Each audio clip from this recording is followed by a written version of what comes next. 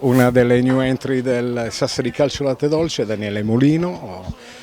Difficile raccontare l'esordio, purtroppo amaro, in Coppa Italia, però si resetta tutto, anche perché questa è una squadra, insomma, dalle ottime individualità. Non a caso fai parte anche tu di questo team. Cosa vi siete detti con i compagni? Perché effettivamente nessuno si aspettava una eliminazione. Beh, queste partite c'è poco da dire, quando passi in vantaggio, poi magari hai 2 gol di vantaggio anche, ti fai rimontare o comunque pareggiano la partita, non è mai semplice poi andare avanti, però comunque sia siamo consapevoli della nostra forza, la struttura della squadra è una struttura importante perché già l'anno scorso ha dimostrato di essere tra le prime, tra le più forti, diciamo, del campionato, dunque niente, cosa ci siamo detti? Ci siamo detti che adesso domenica abbiamo una partita molto importante e niente, dobbiamo allenarci bene in settimana per arrivare carichi a domenica.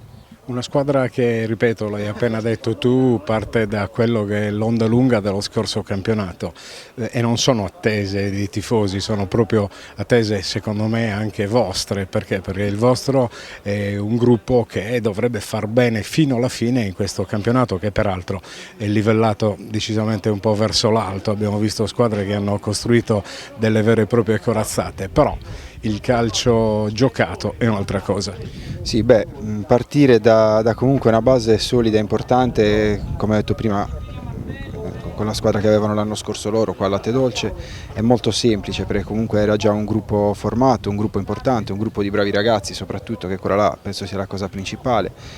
E quindi è normale che adesso abbiamo tutte le squadre, cioè ne parlano tutti in tutta Italia, dicono che siamo i favoriti, ma secondo me non è così perché noi siamo sicuramente una squadra forte, abbiamo uno staff molto competitivo, però noi dobbiamo migliorarci rispetto all'anno scorso, mentre ci sono altre squadre che magari hanno fatto veramente delle corazzate che dovranno poi dimostrare sul campo il loro vero valore.